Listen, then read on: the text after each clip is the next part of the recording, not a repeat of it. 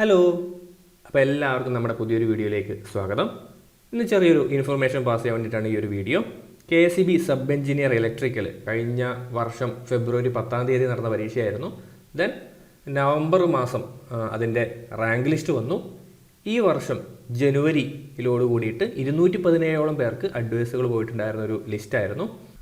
ആ 217 അഡ്വൈസുകളിൽ 23 NJDകൾ ഇപ്പം ക്രിയേറ്റ് ചെയ്യപ്പെട്ടിട്ടുണ്ട്. ഓക്കെ, നോൺ ജോയിനിങ് ഡ്യൂട്ടി എന്ന് പറയും. നമ്മൾ സാധാരണയായിട്ട് ഒരു ലിസ്റ്റ് പ്രസിദ്ധീകരിക്കുന്നു, അഡ്വൈസുകൾ അയക്കുന്നു. ദെൻ ഒരു നിശ്ചിത കാലാവധിക്കുള്ളിൽ ജോയിൻ ചെയ്തിട്ടില്ലെങ്കിൽ അത് NJD ആയിട്ട് കൺസിഡർ ചെയ്യപ്പെടും. അതിൻ്റെ ഭാഗമായിട്ട് 23 NJDകൾ ക്രിയേറ്റ് ചെയ്യപ്പെട്ടു. ആ 23 NJDകൾ നമുക്ക് കേരള PSCയുടെ വെബ്സൈറ്റിൽ കാണാൻ വേണ്ടി സാധിക്കും. Okay, yes. അപ്പോൾ നിങ്ങൾ നോക്കിക്കഴിഞ്ഞാൽ അതിൻ്റെ ഡീറ്റെയിൽസ് കാണാം. അപ്പോൾ ഇതൊന്നും അല്ല ഞാൻ പറയാൻ ഉദ്ദേശിക്കുന്നത്. ഈ 217 വേക്കൻസികൾ ആയിരുന്നു ആദ്യം റിപ്പോർട്ട് ചെയ്യപ്പെട്ടത്. ഇതിൻ്റെ ഭാഗമായിട്ട് 217 പേർക്ക് അഡ്വൈസുകൾ പോയി. അതിൽ വന്ന 23 NJDകളുണ്ട്. നിങ്ങൾ ഡേറ്റ് നോക്കിയാൽ ജൂലൈ മാസം 17 ഏറ്റവും ലേറ്റസ്റ്റ് ആയിട്ട് റിപ്പോർട്ട് ചെയ്യപ്പെട്ട വേക്കൻസികൾ NJD കണ്ടോ. അപ്പോൾ ഇനി എന്താണ് സാധ്യത? യെസ്, ഇനി മിക്കവാറും അടുത്ത ദിവസങ്ങളിലായിട്ട് ഈ 23 പേർക്ക് അഡ്വൈസുകൾ പോകാൻ സാധ്യതയുണ്ട്. സോ മറ്റ് സാങ്കേതികത്വങ്ങളൊന്നുമില്ലെങ്കിൽ ഏറ്റവും അടുത്ത ദിവസങ്ങളിൽ തന്നെ ഈ 23 പേർക്ക് അഡ്വൈസുകൾ പോകുന്നതായിരിക്കും. കാരണം ഈ ഒരു NJD ഇവിടെ ക്രിയേറ്റ് ചെയ്യപ്പെട്ടിട്ടുണ്ടല്ലോ. യെസ്, അപ്പോൾ ആ ഒരു വാർത്തയാണ് നിങ്ങളെ അറിയിക്കാനുള്ളത്. അപ്പോൾ നിങ്ങൾക്കുണ്ടാകുന്ന മറ്റൊരു ചോദ്യം, ഈ 23 വേക്കൻസികൾ മാത്രമേ ഇപ്പം നിലവിൽ KSEBയിലുള്ളോ, അല്ലെങ്കിൽ സബ് എഞ്ചിനീയറിൽ ഇനി വേക്കൻസികളൊന്നും ഇല്ലേ എന്നുള്ളതാണ് നിങ്ങളുടെ അടുത്ത ചോദ്യം മിക്കവാറും വരാൻ സാധ്യത.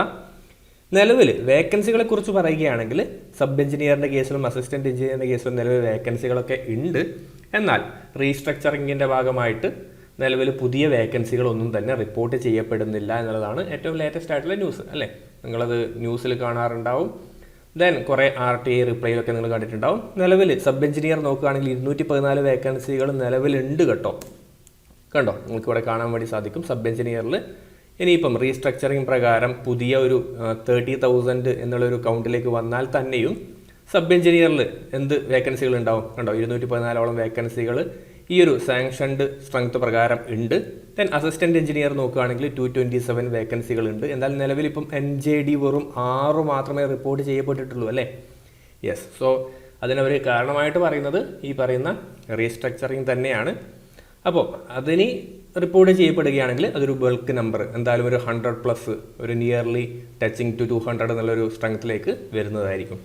അപ്പോൾ അതിനെക്കുറിച്ച് നമുക്കിനി ഒരു കൺഫർമേഷൻ ഇപ്പം പറയാൻ വേണ്ടി പറ്റില്ല. എന്നിരുന്നാലും ഈ 23 പേർക്ക് ഏറ്റവും അടുത്ത ദിവസങ്ങളിൽ തന്നെ മറ്റ് സാങ്കേതികത്വങ്ങൾ ഒന്നുമില്ലെങ്കിൽ പുതിയ അഡ്വൈസുകളായിട്ട് പോകാൻ സാധ്യതയുണ്ട് കേട്ടോ. സോ ആ ഒരു ഹാപ്പി ന്യൂസ് നിങ്ങളെ അറിയിക്കുകയാണ്. അപ്പോൾ അത്ര മാത്രമേ ഉള്ളൂ. ആദ്യമായിട്ട് ഈ ഒരു ചാനൽ കാണുകയാണെങ്കിൽ ഒന്ന് സബ്സ്ക്രൈബ് ചെയ്യുക. സബ് എഞ്ചിനീയർ ലിസ്റ്റിൽ ഇൻക്ലൂഡ് ചെയ്യപ്പെട്ടുള്ള നിങ്ങളുടെ സുഹൃത്തുക്കൾക്ക് വേണ്ടിയിട്ടൊന്ന് ഷെയർ ചെയ്ത് കൊടുക്കുക കേട്ടോ. പുതിയ വേക്കൻസികൾ റിപ്പോർട്ട് ചെയ്യപ്പെട്ട് എല്ലാവർക്കും പെട്ടെന്ന് തന്നെ ജോലി ലഭിക്കട്ടെ എന്ന് ആശംസിച്ചുകൊണ്ട് നമ്മൾ ഈ ഒരു വീഡിയോയുടെ വൈൻഡപ്പ് ചെയ്യാണ്. നമുക്കിനി മറ്റൊരു വീഡിയോയിൽ കാണാം. താങ്ക്